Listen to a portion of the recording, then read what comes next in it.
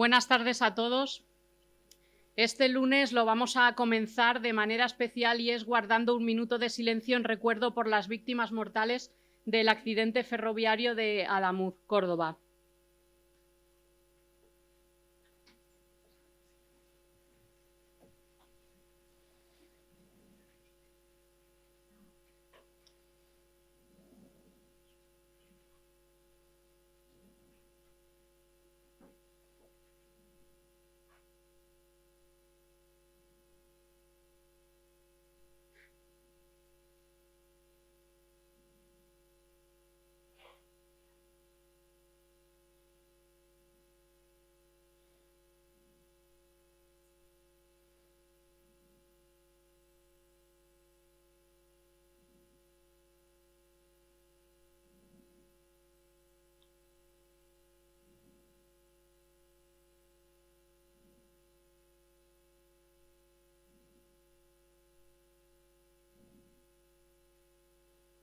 Muy buenas tardes y bienvenidos a este Salón de Actos de la Diputación de Albacete, donde cada lunes ALUEX nos ofrece nuestro ciclo de conferencias. Un espacio, este salón, que ya sentimos como nuestro gracias a la colaboración de la Diputación de Albacete. Gracias también al apoyo, como siempre, continuado de patrocinadores y colaboradores, especialmente la Fundación Global Caja y la Tribuna de Albacete, por su constante apoyo semana tras semana. La conferencia de hoy nos invita a mirar a nuestra ciudad y nuestro territorio, y lo hace desde una perspectiva profunda y enriquecedora, combinando historia y geografía para entender mejor quiénes somos y de dónde venimos. Nos acompaña esta tarde Daniel Sánchez Ortega, doctor en Geografía e Historia, nacido en Abuzaderas, Albacete. Ha sido catedrático numerario de bachillerato y profesor tutor de Historia Contemporánea de la UNED. Su trayectoria académica y docente se ha visto reconocida con el Premio Internacional de Investigación de la Real Academia de Doctores de España, institución de la que es miembro correspondiente. Es también miembro de número del Instituto de Estudios Albacetenses Don Juan Manuel y desarrolla una amplia labor intelectual como escritor, ensayista, novelista y también poeta. El título de la conferencia de esta tarde es Albacete, una historia en una geografía singular. En ella, el ponente nos propone un recorrido por la llamada geografía histórica, mostrando cómo la historia de Albacete no puede entenderse sin su entorno natural y cómo esa relación constante entre el medio y la acción humana ha ido configurando la ciudad y su identidad colectiva hasta nuestros días. A través de esa mirada híbrida descubriremos cómo el paisaje, la ubicación y las condiciones geográficas han influido decisivamente en el desarrollo histórico, social y cultural de Albacete, y cómo esa interrelación explica en gran medida lo que hoy somos como ciudad. Sin duda se trata de una oportunidad magnífica para reflexionar sobre nuestro pasado desde una perspectiva diferente, rigurosa y cercana al mismo tiempo. Escuchemos a Daniel Sánchez Ortega. Buenas tardes. Desde la emoción todavía no acabada de la desgracia que ha sucedido en Córdoba y del homenaje sincero que le hemos hecho, espero poder realizar debidamente esta exposición. Albacete, una historia en una geografía singular. Parece ser que se quiere incidir en algún determinismo, como si la geografía nos determinara de manera absoluta en lo que somos. Y la verdad es que influye mucho, y en Albacete más, porque tenemos una geografía específica que de alguna manera la intentamos ver aquí. Observamos aquí este mapa que está realzado, pues esta cuenca cerrada, que es la Mancha Oriental. Entonces esta cuenca cerrada la vemos que está como impedida por los vientos, de las lluvias, las que entran por el Golfo de Cádiz, por el campo de Montiel y las sierras de Alcaraz, y las que vinieran de Levante, como pueden ser temporales de Levante u otras frías, están impedidas por estas montañas de las estribaciones finales de la cordillera ibérica.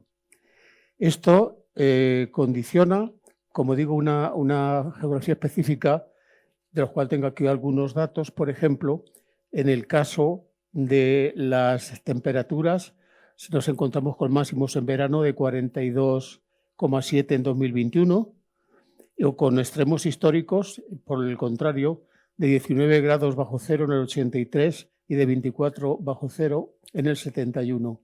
Esto tiene una explicación por la propia configuración del terreno, puesto que esta cazuela, realmente diremos que es una cazuela a 600 y pico metros sobre el nivel del mar, donde se produce un fenómeno de inversión térmica. Es decir, que a veces nos damos cuenta que en Chinchilla hace menos frío que aquí, las heladas no son tan profundas.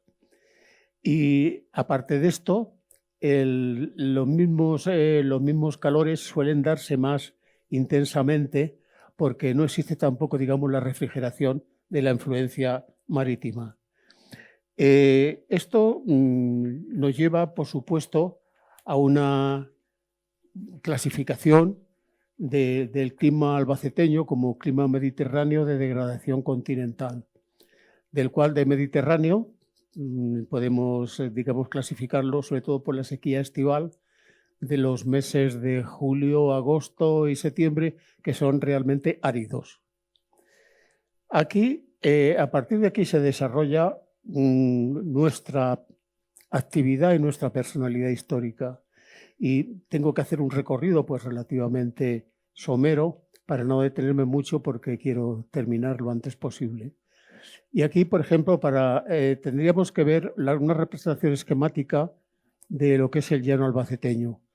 Si nos damos cuenta, pues aquí sería el Cerro de Chinchilla, la Sierra del Chortal, el Castillo de las Peñas, en fin, todo el arco montañoso que culmina en el Pico de la Almenara y que se continúa por el campo de Montiel, de tal manera que las lluvias que vienen del sur, como decía, no descargan abajo, descargan en esta zona de vergencia, que son el arco circunvecino de Albacete, pero que sí desembocan en la llanura.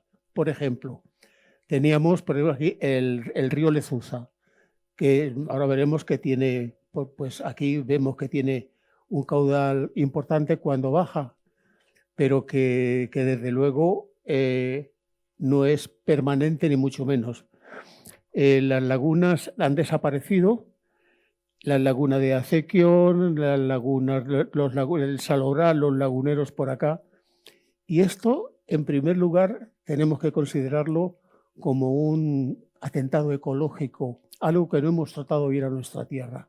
Después veremos cómo ha sido el proceso. Pero sí quiero que nos fijemos en este, digamos, sistema subterráneo donde hay como diversas capas en las cuales nos tenemos que fijar al menos en dos. Estas pequeñas de arriba, que son los de los mantos freáticos, las capas freáticas, que las conocemos en Albacete porque, en primer lugar, históricamente nos hemos abastecido de ellas, pero además las hemos visto. Hemos visto un Albacete que tenía la casa, es decir, era una agrociudad, una ciudad casi pueblo, con sus casitas, con la pocilga, con el gallinero y tal, y el pozo. Del pozo del cual se abastecía la gente en principio, pero que después hubo que dejar, sobre todo a principios del siglo XX, dejar de utilizar el agua freática porque estaba contaminada.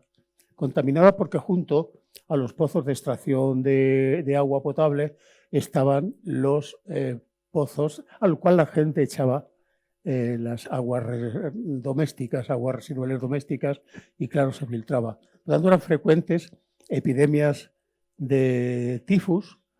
La última epidemia de tifus fue durante el mandato del alcalde Martínez de la Osa, allá por la década de los 50, donde se juntaba el agua en lo que se llamaban las casas de mañas, que quizá los más talluditos nos acordemos de ellas, estaban entre la calle Los Baños y el Alto de la Villa.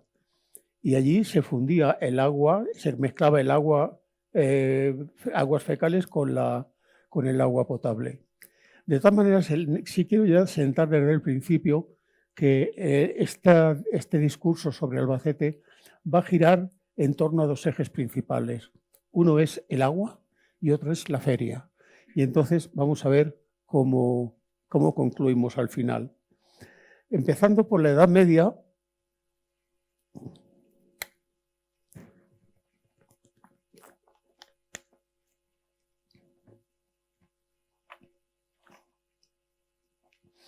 Empezando por la Edad Media es muy complicada también en Albacete. Pero vamos, quizá nada distinto de lo que se ha dado en Castilla. Pero sí tenemos que hablar en principio de las poblaciones, los poblamientos y los vacíos demográficos. Entonces, todo esto venía en función tanto de las guerras propias de la Reconquista como a veces de las luchas intestinas entre banderías. De tal manera que este vaivén de conflictos dejaba tierras prácticamente baldías. Es decir, fueran más o menos cultivables, que no era tanto, se quedaban prácticamente baldías, por lo que... Vale. Aquí veíamos las aguas del río Lezuza, que parecería un Amazonas cualquiera, y es una temporada, hace poco la foto la hice yo, una temporada hace, yo que sé, unos 6, 7 años, y a mí pues me gusta salir, yo pues me he criado en el llano manchego y en circunstancias extraordinarias me gusta darme una vuelta y le pude hacer esta fotografía, el río se había desbordado y había llegado al Aljibarro, que es aquí, donde hay una zona de sumisión. Entonces, había cruzado, por supuesto, la carretera, y en esa zona de sumisión es una de las principales, no la única, de recarga de los acuíferos albaceteños. Bien, pues antes de la toma de esta fotografía, los acuíferos albaceteños estaban ya muy complicados. En La Mancha ya la habíamos desecado y los niveles habían descendido en torno a los 80-90 metros.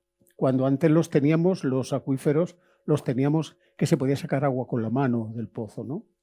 Y aquí quiero decir con esto que con esta temporada de lluvia, con estas avenidas tan grandes durante meses de agua, no se movió el acuífero.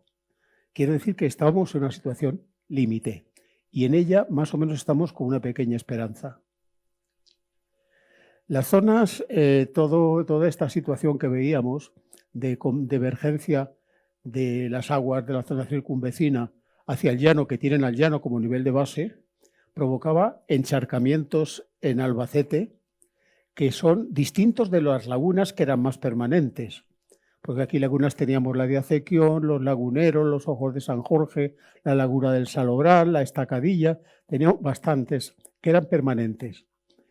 Y este encharcamiento es temporal, como consecuencia de desbordamientos o avenidas. Por ejemplo, esto aquí es la huerta de Bartolo, yo la localizaba en torno a Camino del Cementerio, pero lo que sí quiero señalar aquí es Róbert Starby a mitad del siglo XIX cartografió esta zona como la zona inundada. Yo después los estudios que he hecho he ampliado esta zona porque hay muchas más. Esta zona oscura es lo que yo he podido añadir a esto, pero aquí hay otra que es interesante, no tanto porque sea distinta de las de aquí, sino porque por aquí se han trazado vías, la autovía, los ferrocarriles y tal, y en el caso de la autovía ha creado una especie de dique barrera que provoca todavía inundaciones en el hondo de la Morena, por ahí por toda esa zona.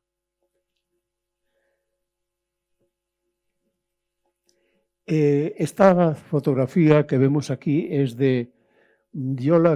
es anterior a 1920 por una razón, porque la torre de la catedral es la antigua, que era una chapuza, es antes de hacer la nueva.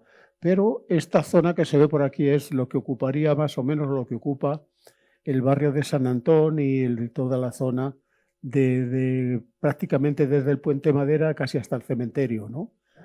Y es una zona destacada. Por cierto, que aquí, cuando se hace la estación de ferrocarril, por esta parte, las aguas del lavado de máquinas se derivan acá. Y bueno, pues esto era un cenagal pestilente que causaba, aparte de lo que ya teníamos históricamente, que eran las enfermedades crónicas de Albacete, como era el paludismo, era así el paludismo que hasta que se descubre la quinina en América, después cuando ya se descubre, se vendía por la calle, como digo yo, como vendían el paludus para los niños, ¿no? Y con ello se pudo conseguir frenar la epidemia de tifus, no las de cólera, que hubo varias. La última histórica la padeció mi abuelo, porque fue ya a finales del siglo XIX, en torno a 1880 y tantos. Y aquí, con esta diapositiva, he querido significar que hasta hace poco, al hacer los cimientos de las viviendas, aparecía el agua, que tenían que drenarla, elevarla, y en fin, porque si no, no podían seguir trabajando. Esto ya ha desaparecido, con lo cual quiero significar el atentado, no sé si exagero, ecológico importante que se ha producido no ya en superficie, que está claro, sino también en el conjunto de las capas subterráneas. Hoy, por ejemplo, el agua en el Pozo de la Morena, en el Hondo de la Morena, se extrae a 80 metros, ¿no? Con lo cual se está ya rozando, pues digamos, el final de la capa realmente impermeable. Digo esto porque cuando hemos tenido agua arriba es porque la de abajo estaba saturada. Entonces, cuando están los subsuelos saturados, el agua de arriba no baja. Si acaso deriva alguna vez hacia el Júcar. Y aquí venía antes unas flechitas donde las aguas subterráneas, es decir, cuando decimos que la mancha albaceteña es una cosa cerrada, esa es superficie porque subterráneamente las aguas fluían hacia el Júcar. Entonces, mientras estaba la situación, digamos, tradicional, ahora ocurre lo contrario. Y es que al estar el agua de los acuíferos muy por debajo del nivel del Júcar, el agua fluye del Júcar a los acuíferos. Con lo cual, si se enteran los valencianos, que ya lo sabrán, algo tendrán que decir. Pues, dicho de esta manera, y volviendo a la Edad Media, al quedar los espacios vacíos, la ganadería es, digamos, la actividad fundamental, porque eran inmensos los pastizales. Tan así que en la ganadería en ese momento, es decir, lo que se produce con la Reconquista, con esos vaivenes, es una terra nullius, es decir, una tierra que es de nadie. Ha sido reconquistada a los moros y, bueno, son pastizales. ¿Que por qué no se cultiva? Primero, hay razones de peso de orden climático, pero de otra cosa por la inseguridad de tanto las racías musulmanas como los conflictos entre concejos o entre señores aquí en la llanura. Y entonces, pues, ¿a dónde quiero? ¿Y cómo por el bandolerismo? Vamos a ver, el bandolerismo ha sido endémico aquí, bueno, digamos que en otras partes de Castilla, en el sentido que los bandoleros necesitan espacios despoblados para hacer su agosto, ¿no? Y espacios despoblados los tenían, pues, cuando a mano, ¿no? Pero eso ¿a qué obliga? Tanto la inseguridad de los saqueos esporádicos de los moros, como por los vaivenes propios que acabo de decir, más las sequías, más los bandoleros, al refugio en villas certificadas. Aquí tenemos un caso, bueno, al hablar de villas fortificadas, tenemos que hablar en Albacete de varias. Una de ellas, como ya es muy conocido en Albacete el esquema, que es la ciudad se ubica en tres eminencias no muy altas, era el Alto de la Villa, el Cerrillo de San Juan y la zona de Carretas. Pues bien, la zona de, digamos, no sé exactamente, porque a mí está la población de la zona de San Juan al final está muy vinculada a la iglesia, pero el Alto de la Villa era una zona, digamos, lo que era el poblamiento, lo que era la villa de Albacete, y estaba amurallada. Aquí se ve un resto de la muralla. Esta fotografía es de los años principios de los 60, antes de comenzar la demolición, y se ve que era como todas las murallas de Albacete, no se han hecho de piedra como las de Ávila, sino de tapial y mampostería. Incluso esta, y también la última que ha habido en Albacete, ha sido la de las guerras carlistas, que estaban donde ahora está Eroski, y que han estado hasta hace unos 15 o 20 años, también de mampostería. No había otra solución, aquí no había piedra abundante, y con la urgencia de defender la ciudad, pues se hacía con lo que tenía. Aquí, aquí se ve la parte exterior de la muralla, que fue destruida cuando se hizo el Alto de la Villa. Es decir, apareció donde estaba el antiguo Colegio Santiago Apóstol, es decir, ahora hay unas escaleras allí, por donde está el Corte Inglés y hasta donde hay un restaurante, estaba la muralla prácticamente intacta. Pero entonces, bueno, pues se callaron porque si decían que había una muralla, un resto arqueológico, paralizaban las obras. Lo derribaron, pero sí nos quedó, bueno, el recuerdo de que esto, los espolones que le llamaban, a ver si vuelvo, eran las antiguas puertas o portones de entrada a la villa, a lo que se llamó el Alto de la Villa. Entonces era una zona, un perímetro amurallado, con murallas de no mucha escasa, con no mucha consistencia. Se me antoja que eran similares a las de Jorquera. Pero el hecho quizá más interesante es que en la zona donde ahora está el Depósito del Sol sí que existe una fortaleza.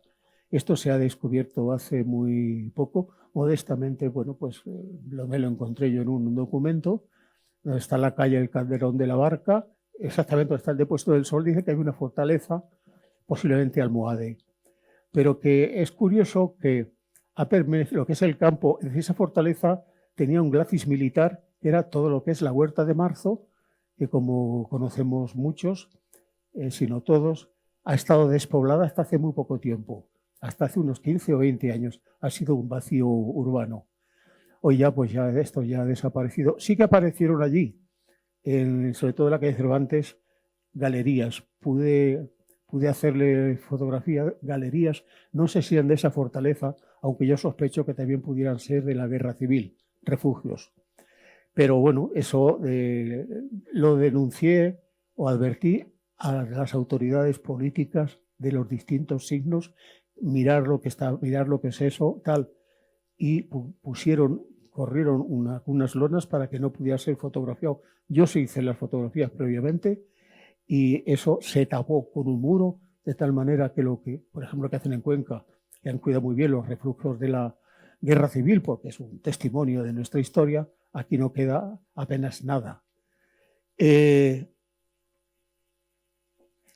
Aquí cuando vemos algunas, en la Edad Moderna, se va a producir una revolución importante, una revolución de tipo agrícola.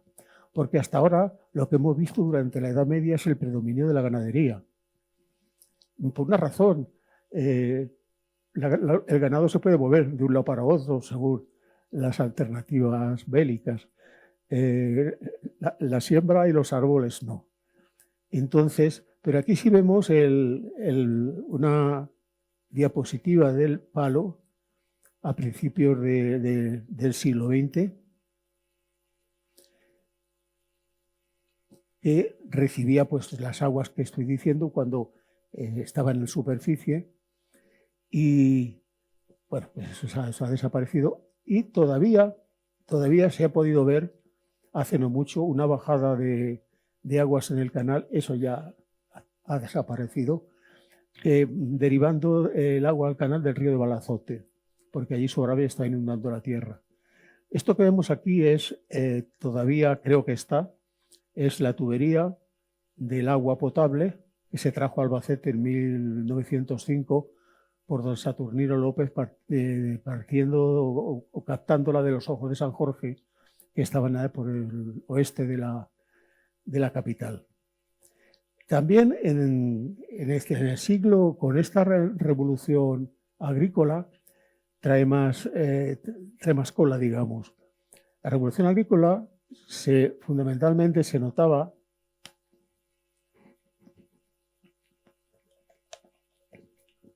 en la sustitución de los bueyes por las mulas. El buey era un animal pues, herbívoro también, pero que necesitaba herbazales. Y en Albacete existía una redonda, que era un círculo en torno a la ciudad. Yo he podido detectar hasta dónde llegaba. Por ejemplo, llegaba hasta la Pulgosa y luego hasta Malpelo. Pero eso era como una tierra de reserva donde no podía haber ganado, porque esa tierra tenía que dejarse cultivar para la alimentación de la población albaceteña. Era una especie de autoconsumo, ¿no? Pero las dehesas estaban fuera. Y las dehesas eran, en estos enormes pastizales, se hicieron grandísimas. Por ejemplo, la de Jorquera llegaba hasta Malpelo, es decir, más o menos hasta cerca de Romica. Eso después, como se ha ido privatizando, porque la revolución agrícola, al tener las mulas como animales de tiro, un animal que como poco es sufrido, es potente, pues resulta que se produce entonces un incremento de los cultivos, y no es que fuera una cosa como muy segura, pero que se produce un retroceso de la ganadería, no total, porque la ganadería se refugia todavía en el honrado concejo de la Vesta. Entonces, organizaciones de ganaderos que tenían ganados permanentes que trashumaban. Es decir, unos que venían de Andalucía pasaban por aquí, iban hasta la serranía de Cuenca, y de ello nos quedan todavía las veredas. En Albacete, por ejemplo, aún tenemos una vereda convertida en calle, que es la vereda de Jaén. Pero bueno, hay más, ¿no? Hay una que iba de la laguna de Acequión, vamos, que venía atrás, venía más o menos de Santa Ana, y que llegaba hasta la Jineta, que bueno, la he visto yo, he transitado por ella. Era como una autovía, y ahora lo que queda es una senda de un par de metros de anchura, por el cual ya no pueden transitar ni carros ni nada. Sencillamente la voracidad de los campesinos a la hora de la tierra ha ido royendo surco a surco hasta dejar la vereda y los caminos pecuarios en la situación en que están. Yo creo que las autoridades debieran intentar recuperar las vías pecuarias. Existen catastros y donde muchas de ellas al menos pueden quedar delimitadas, y reconstruir lo que fueron e incluso dejarlas como espacios ecológicos. Pues bueno, aquí con el siglo XVIII se caracteriza sobre todo por un intento renovador de manos de los ilustrados, sobre todo por Carlos III. Para mí dicen que es el mejor alcalde de Madrid, y yo digo que también de Albacete. Pero se genera se estudia, se diseña un plan general de desarrollo de Albacete, de la llanura manchega. El segundo del que tenga noticia. Primero tuvo lugar en la Edad Media, del siglo XIV, por don Juan Manuel, que es el que intenta canalizar las aguas superficiales de Acequión, de Albaidel, de la Estacadilla, para llevarlas a una acequia, que era el antecedente. El canal de María Cristina se hizo sobre esa acequia con el fin de que tuviera energía cinética suficiente para mover molinos. Ese sería el primer intento de planificación, de organización de esta llanura. El segundo sería con los Borbones, en concreto con Carlos III. Entonces se diseña el canal de María Cristina. La historia del canal pues ya es muy conocida, en muchas conferencias ha sido ampliamente divulgada y no me voy a entretener mucho en esto. Sí en que el canal de María Cristina, se concibe como una gran obra, por ejemplo, tanto para irrigación, es decir, desecación de tierras inundadas, irrigación con aguas del canal, abastecimiento de la ciudad y también hasta incluso un puerto fluvial.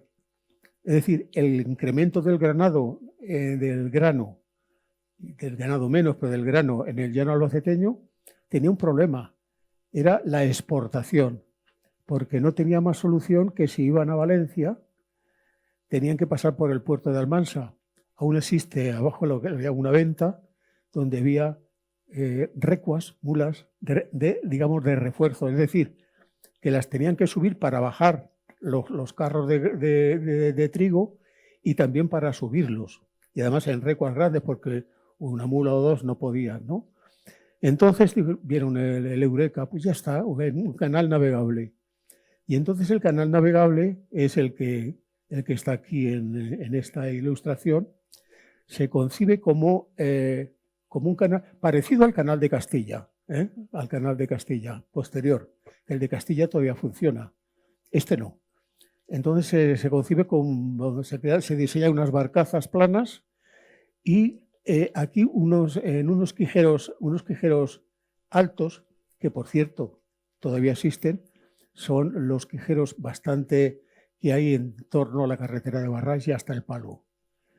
Y por aquí arriba eran unos caminos de sirga, es decir, que eran caminos donde mulas arrastraban las barcazas, ¿no? No tenía, que yo sepa, no tenía esclusas, pero bueno, ¿qué pasó con esto? Pues que vino la guerra de la independencia, vino después todo el lío de la reconstrucción de España y la mala política de Fernando VII. Y el canal quedó abandonado, también por otra razón, porque a mitad del siglo XIX se traza el ferrocarril de Madrid a Alicante, pero que llega hasta Albacete, y entonces el ferrocarril sí que puede transportar perfectamente todos estos excedentes de la llanura y el canal se queda, pues no solamente se queda abandonado, bueno, había otra cuestión en el canal, es que había una zona de lavadero público y otra zona de baños. Esto provocó un conflicto importante entre las jerarquías albaceteñas, masculinas sobre todo, y las autoridades civiles, porque, según he podido ver, y supongo que algunos de ustedes también, allí van a lavar normalmente las criadas, pero es que a escasos metros, bueno, no sé si 100, 200, no lo sé, se bañaban los caballeros y parece ser que tenían poco pudor, o inconscientemente o conscientemente. La verdad es que se enteran los próceres y dicen que Jesús María, que sus señoras vieran esas historias con el daño moral que supone para la moral pública. En fin, que consiguieron del jefe político, el gobernador civil, que se cerraran los baños y cerrados quedaron, pero la gente sí que arbitró otra zona de baños, no sé si con permiso o sin él, y estoy hablando del Palo.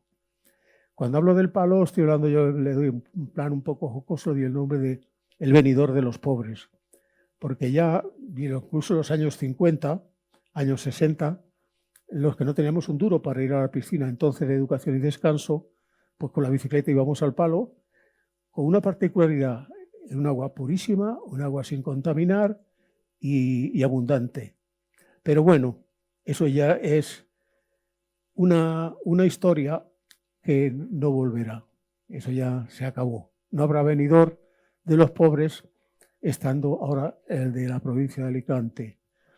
Lo que sí tenemos claro es, y en esta gráfica creo que lo manifiesta bien, es que el sector primario en Albacete a mediados del siglo XIX pues es mayormente de jornaleros. Y los jornaleros de los cuales son propietarios, jornaleros la mayoría, algunos arrendatarios, renteros de tierra ajena, muy pocos propietarios de las grandes propiedades y luego pues leñadores, que era como una especie de subproletariado que había. ¿Qué ha pasado? ¿Qué ha pasado aquí? Pues que los latifundios antiguos de ganaderos, los potentados de los concejos, la Iglesia, las órdenes militares, digamos, se consolidan su propiedad, los reparten, los donan, etc. Con lo cual teníamos latifundios ganaderos, por decirlo de alguna manera. Con la transformación agraria, gran parte de esos latifundios ganaderos se transforman en latifundios agrarios. Y aquí ya se ve una prueba, una realidad, pero que se acentúa como consecuencia de la desamortización de Mendizábal en mediados del siglo XIX, donde las tierras que estaban, por ejemplo, las de la Iglesia, que son las más importantes, y las de los municipios, como no podían ser heredadas, estaban muertas, en lo que llaman bienes de manos muertas, son privatizadas. Con lo cual está surgiendo una nueva clase, una clase agraria, terrateniente, ojo, enriquecida con los bienes desposeídos de la Iglesia. Con lo cual ya tenemos configurado ya un Albacete que va a llegar hasta prácticamente, hasta la guerra civil, ¿no? Entonces, aquí ya estamos hablando de Albacete, de dos Albacetes. En uno se le llamaba una ciudad de aniagueros, a Miguel se lo he oído decir en alguna ocasión, y lo que era Albacete era una agrociudad con dos grupos sociales muy definidos. La ciudad de ganaderos era porque los ricos del campo no eran absentistas, normalmente vivían allí en aquel momento, pero tenían su casa en Albacete y se codeaban más o menos con un cierto complejo con una burguesía albaceteña que no era propiamente de aquí, mayormente, sino que era de importación. Estoy hablando de Legorburos, estoy hablando de Fontechas, etcétera, que formaba un grupo social más elevado, incluso mesocrático. Y ¿de qué manera esas dos clases sociales de la ciudad intentan clases sociales? Claro, hablo también del proletariado, los jornaleros, todo eso. No, pero hablo de las clases sociales adineradas. Hombre, aquí hay una figura clave que es el casino primitivo. Porque en el casino primitivo, que se construye en ese momento y quizá un poco después, es donde se produce pues lo que algunos hemos visto, esas fiestas que eran puestas en sociedad de las hijas y de los hijos para intentar, a ver si entre ellos ligaban, y con lo cual la clase social se consolidaba y no se dividía. Con lo cual estamos hablando de esa sociedad aparentemente dual y que a la hora de la verdad no lo era tanto. En los latifundios de Albacete, pues aquí tenemos el término municipal de Albacete, lo que está en negro. Estamos viendo que mayormente es latifundista. Y ya hemos visto cómo ha sido el proceso. Y luego está también en el llano, en la Herrera y en Balazote y tal, donde la proporción de latifundios dentro del término municipal es mucho más pequeña. Pero aquí sí vemos esta fotografía, a mí me parece muy interesante, porque en el siglo XIX, todas estas tierras que eran antiguas de la Redonda, pues bueno, están cultivadas muy cerca de la ciudad, y existían las eras, que era donde se trillaba, viene del latín de las áreas, era donde se trillaba el trigo, etcétera, y se aventaba o ablentaba, como se dice en La Mancha, normalmente en el mes de junio-julio, donde lo que predominan son los vientos del sureste, es decir, los que vienen de Chinchilla y Alicante. Pues no es casual que los albaceteños hicieran estas eras que están viendo en lo que son, y se llama todavía, no son, pero se llaman todavía las eras de Santa Bárbara, donde se posteriormente edificó el ayuntamiento un barrio de viviendas. Pero aquí ya como cosa, digamos, hombre, he visto ya los triunfos de nuestro Albacete Balompié, aquí sí vemos el viejo campo del parque, el que figura en el himno local, en el himno del Albacete Balompié. Realmente era un corral de vacas. Y tan así, yo mismo participé en un campeonato de gimnasia y me acuerdo que un chaval podía tener 11 o 12 años, sí. Y claro, no sé si algunos, seguramente los mayores se acuerdan, de la tangana que se armó aquí cuando con el Deportivo de Huelva, que hubo un peligro grave de avalancha, porque nos quitaron el partido, por una razón. Un equipo que intenta subir a segunda no podía estar en un corral de vacas. Y entonces es cuando inmediatamente tomaron nota y es cuando se empezó a hacer el estadio actual, del cual, vaya, nos sentimos bastante orgullosos. Sí que también en el siglo XX, cuando hemos hablado de los acuíferos, no voy a insistir, sí quiero insistir en un fenómeno interesante, que la geología de las primeras gráficas que hemos visto lo explica muy bien, que son los fenómenos artesianos. Entonces, el fenómeno artesiano es cuando hay dos capas impermeables, normalmente calizas, y luego debajo hay un manto acuífero. Quiere decir que cuando se perfora, por el principio de los vasos comunicantes, el agua llega hasta el nivel de superficie. Y ahí todavía no, pero sí hay constancia de que hubo dos. Uno en la calle Arquitecto Fernández, que se utilizaba para abastecer a la estación de ferrocarril. Cerca había una cuba donde daba agua para las máquinas de vapor. Y el otro era curioso porque estaba en la Plaza Mayor.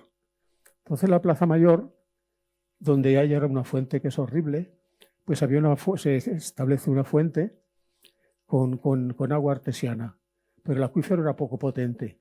¿Qué ocurre? Que el agua pues sí salía a una altura a lo mejor de metro y medio, pero conforme iban descendiendo los niveles se queda seco. Lo novedoso del caso es que los albaceteños, bastante tercos, pues si no vamos a la montaña, ir a la montaña Mahoma. Vamos a cavar, hacen un embudo con el cual el agua, ponen la fuente del fondo y aún podían sacar agua. Al final no hay embudo, no valió para nada, y ya el agua de la fuente de la Plaza Mayor llegó, pues nada, después de la traída de las aguas a Albacete en 1905 por Saturnino López, ¿no? Lo que sí tenemos que decir ahora a este respecto es que el sistema de alcantarillado de Albacete es muy bueno y el sistema de agua, de aprovisionamiento de agua es muy bueno.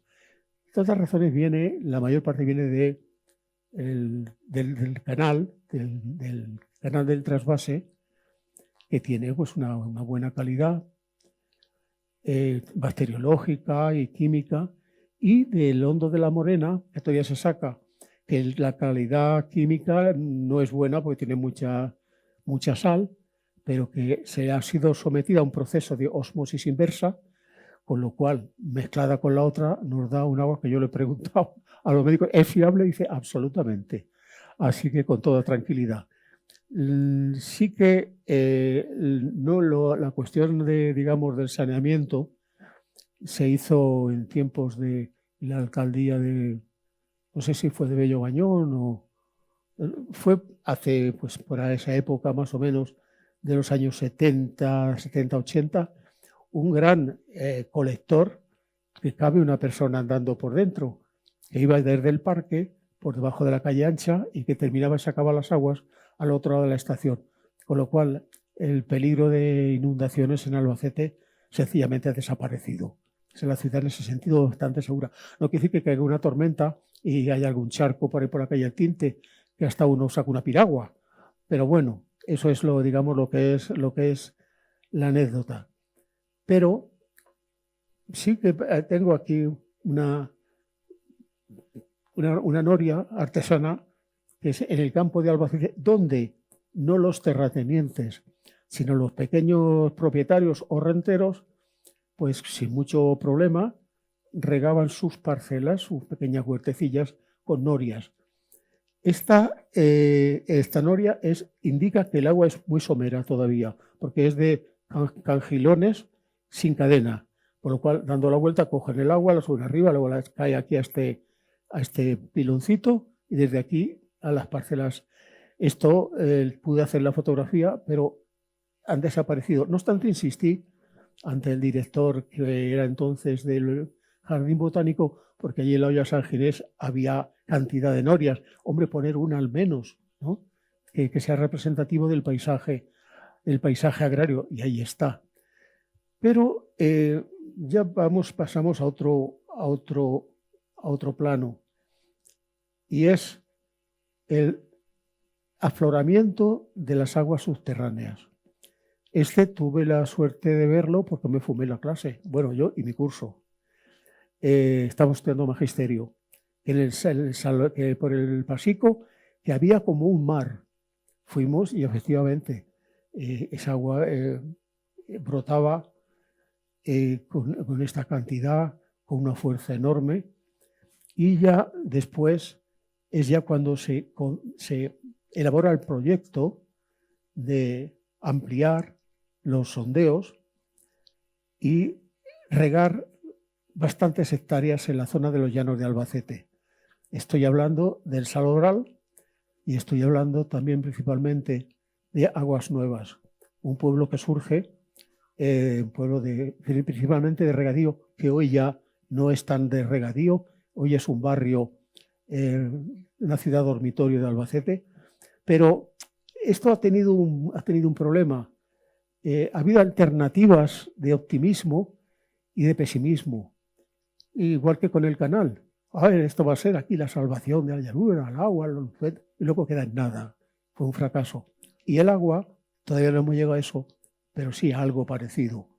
Es decir, no era ese mar subterráneo que nos decían, eran agua impregnada, en muchos casos fósil, impregnada en las capas que habíamos visto en el principio de la gráfica y que estaban a gran profundidad y que se extraían. Al sacarlas de abajo, las de arriba bajan. Y entonces ha habido un drenaje sin piedad del acuífero albaceteño, y no solo, porque luego, aparte de ello, los pozos particulares, muchos de ellos ilegales, han contribuido también al descenso de los acuíferos. No estamos todavía al nivel de las tablas de Daimiel, donde el acuífero 23 está poniendo en peligro, ¿no?, en desecación las lagunas del Albaidel, de las tablas de Daimiel, que corran el mismo sendero que hemos tenido aquí en Acequión, en el Salobral, y hemos tenido, porque claro, las tablas de Daimiel ecológicamente tiene una importancia superior. Y luego ya para acabar el asunto nos viene el canal del trasvase Tajo Segura, que es un atentado, digamos, es que bueno, esto ya tiene implicaciones políticas, ¿no?, a la Mancha, porque pasa por Albacete como el rayo del sol por el cristal, sin romperlo ni mancharlo. Es verdad que últimamente se ha hecho mucha fuerza, se ha conseguido que, por ejemplo, el agua potable en Albacete venga de ahí. Pero claro, el agua potable tampoco es una comparada con el agua el volumen de agua del trasvase, ¿no? Y bueno, pero y también la compensación de riegos o compensación del trasvase. Digo esto porque en el trasvase aquí se ve un momento de la construcción,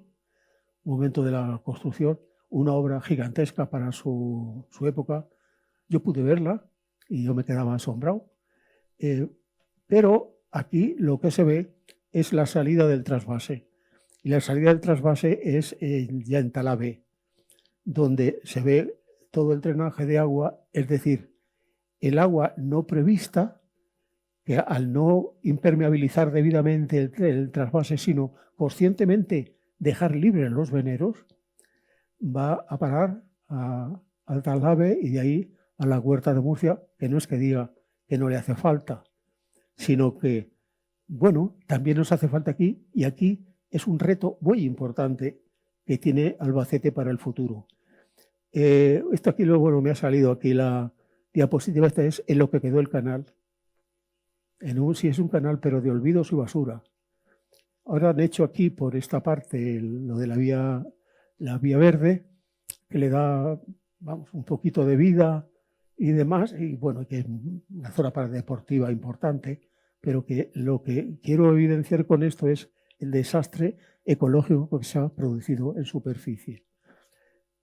Cuando hablaba de regadío, pues se ve el incremento de regadío principalmente desde el 75, que bueno, pues hay altibajos, tal, pero es bajo el nivel de regadío, baja la extensión.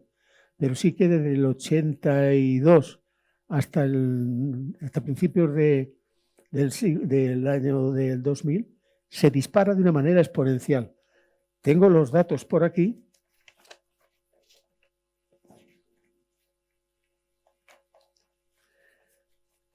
Pero bueno, importa menos los datos que el hecho de lo que significa el expolio del agua por la cuestión de los riegos. Por lo tanto, dejamos ya este tema porque no quiero terminar tarde.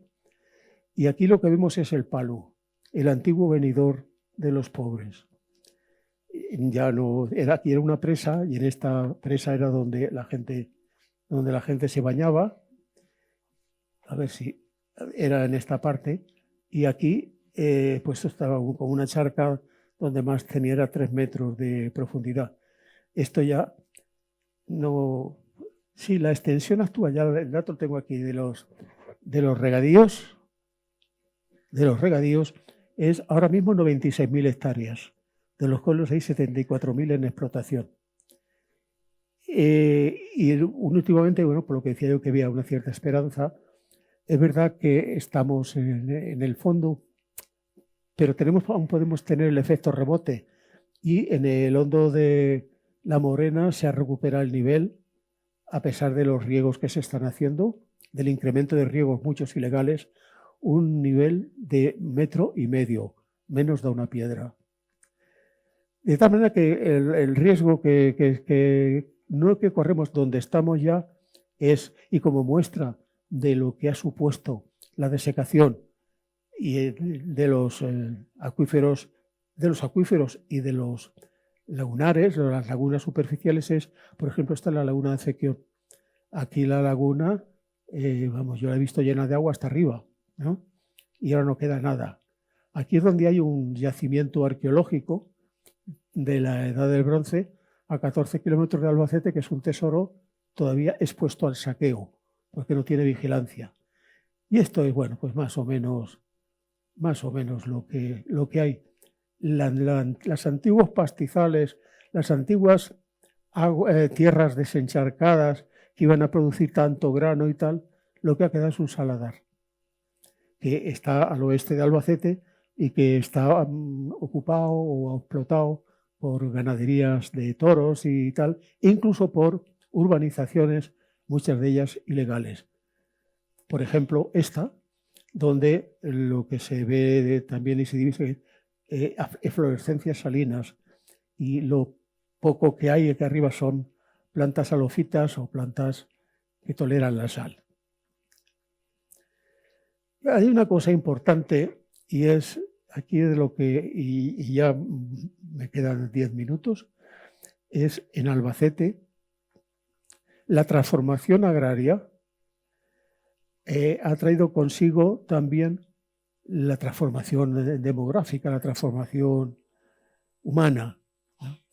Y entonces, por ejemplo, aquí en Albacete, en el censo de 1900, principios del siglo pasado, el sector primario ocupaba el 82% de la producción y de la población, ¿no? Es mucho, es decir, por tanto estamos hablando de una ciudad donde la impronta campesina era muy fuerte, ¿no? Era una ciudad, una agrociudad prácticamente al modo de las ciudades de la estepa rusa. Sin embargo, lo que nos damos cuenta es que el secundario es débil todavía porque es el 13%, pero el terciario es mínimo. Bien. La población, según la actividad, este es el mapa actual, para que nos demos cuenta la metamorfosis, el cambio tan grande que se ha producido en Albacete, y no solamente en el aspecto, digamos, superficial, agrario, ecológico, como quieran, sino en el aspecto estructural. En la industria, en los servicios, ocupan el 60% de la población y de la producción.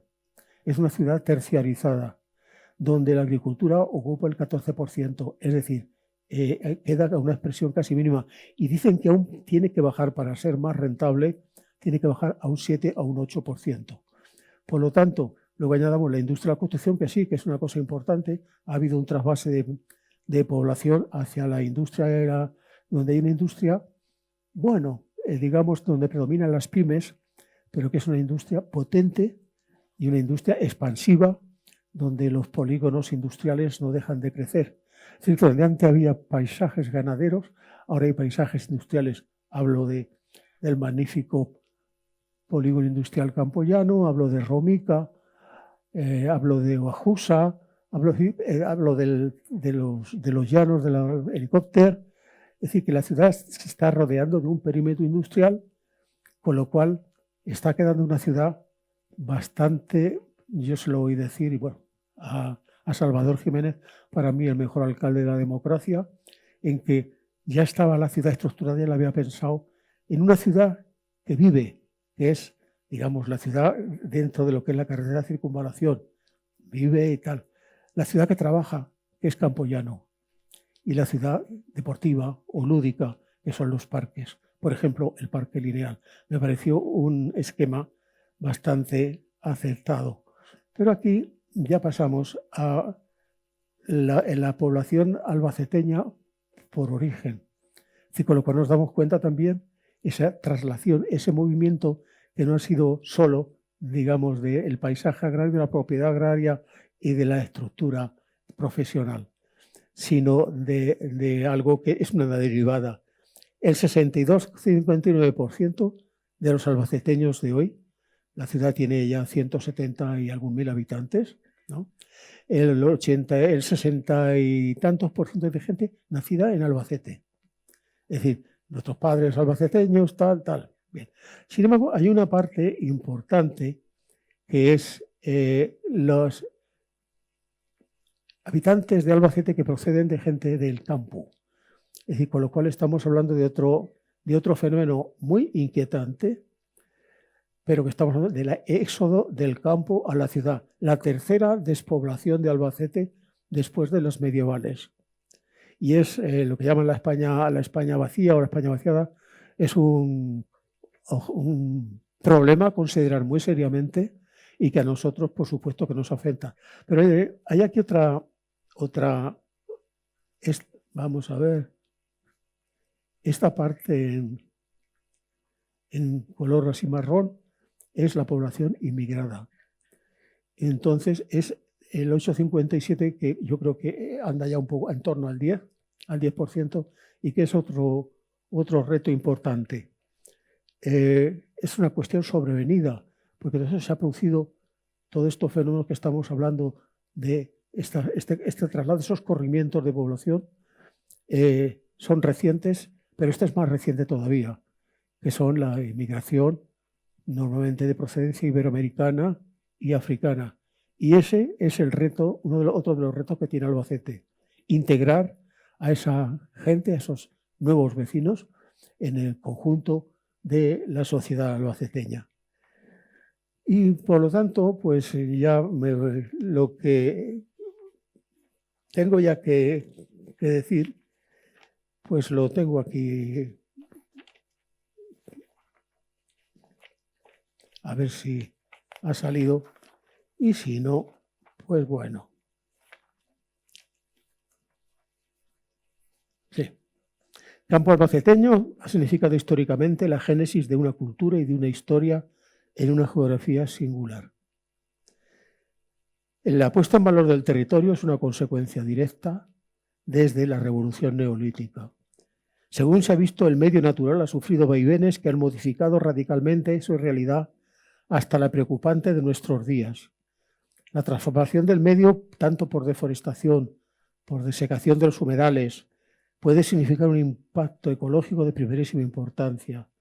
Añades a esto la sobreexplotación de los acuíferos y tendremos una situación clara de lo sucedido. Estoy sencillamente realizando un resumen antes de terminar, que queda poco.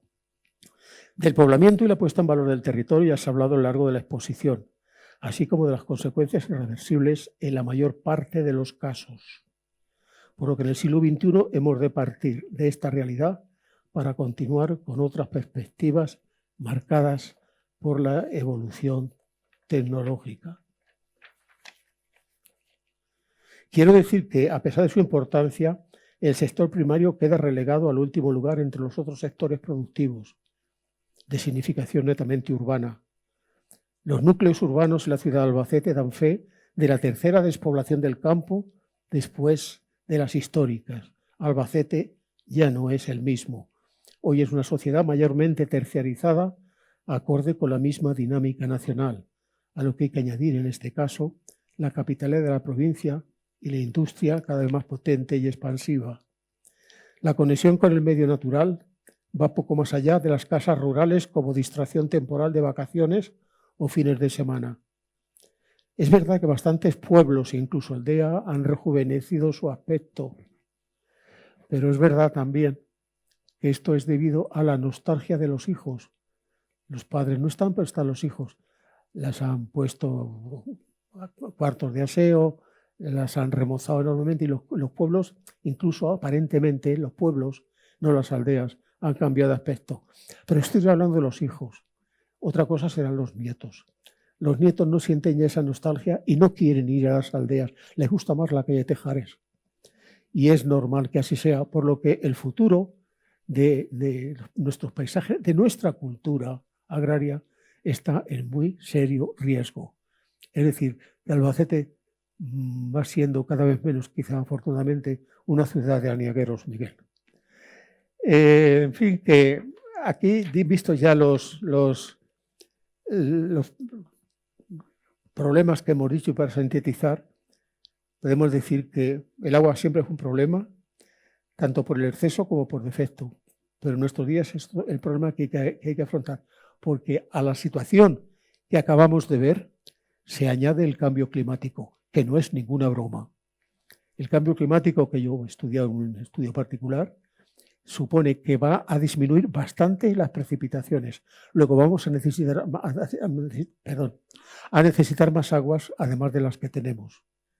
Y luego las temperaturas. Las temperaturas harán imposible, de hecho lo hacen ya, el cultivo de secano.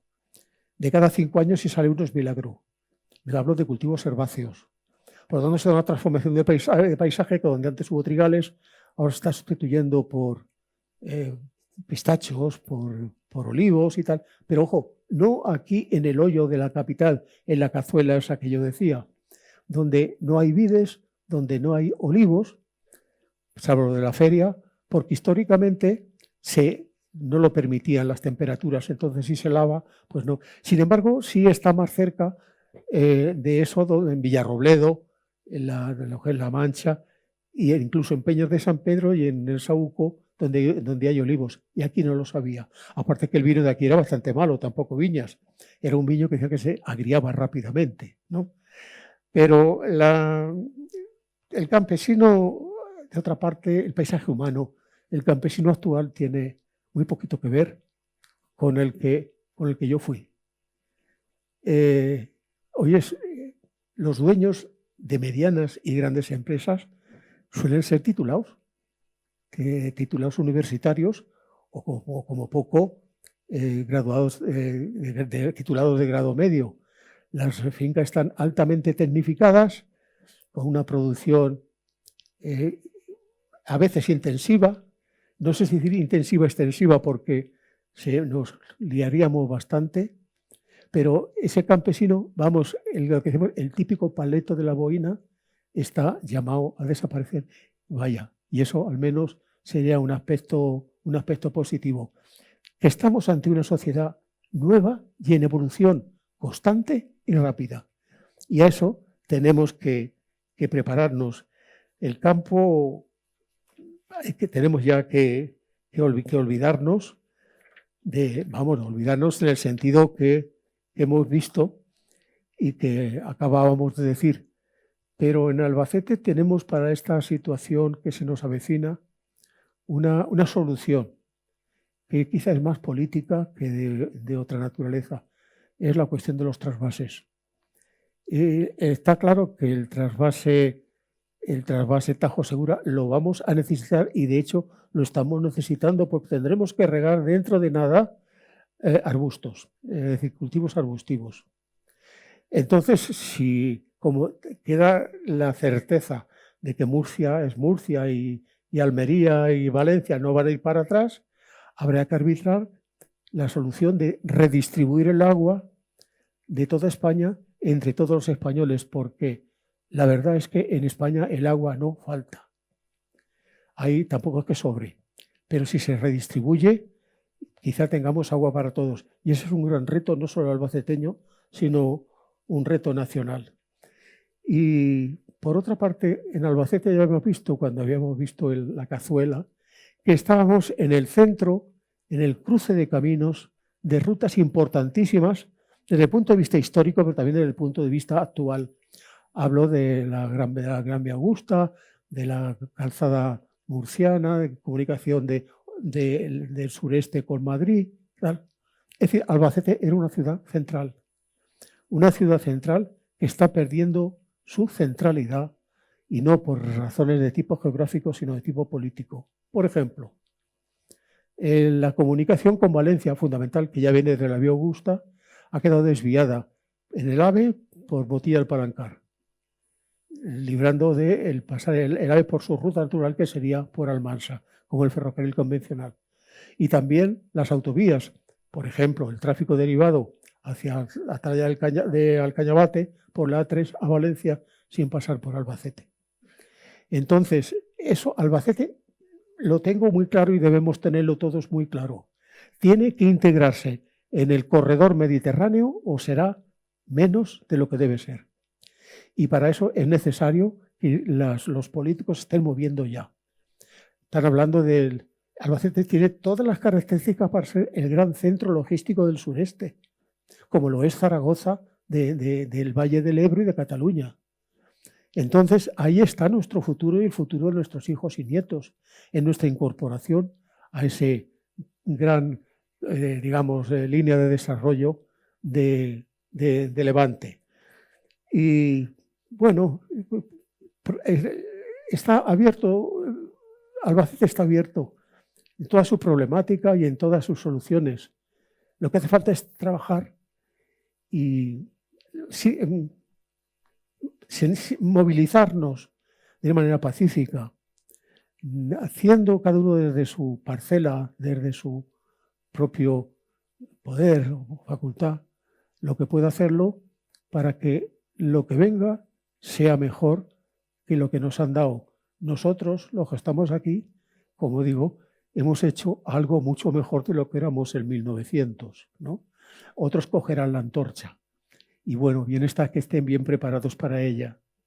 Albacete tiene futuro si somos capaces de despejar los obstáculos, que serán, digo, de naturaleza política más que geográfica. Y ya para acabar se me ocurre unos versos de Machado que dice: ¿qué importa un día? Está el ayer abierto al mañana y mañana al infinito. Hombres de España, ni el pasado ha muerto, ni está el mañana, ni el ayer escrito. Muchas gracias.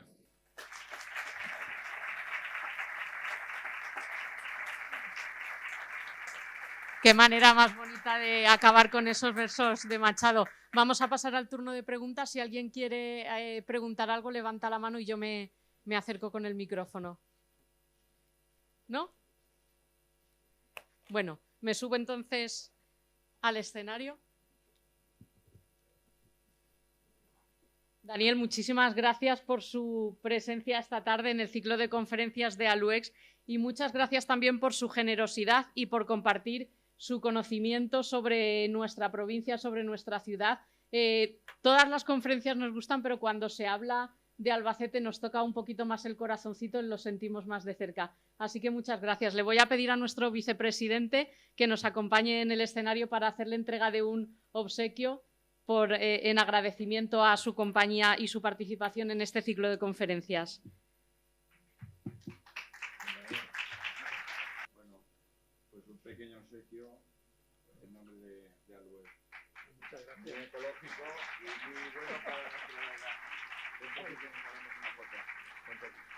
Mientras se hacen la fotografía, les recuerdo que regresaremos el lunes que viene con más historia y lo haremos de la mano de Deogracias Carrión Íñiguez, que nos hablará sobre la reunión de los llanos, Albacete, capital de la Segunda República. Buenas noches y muchas gracias.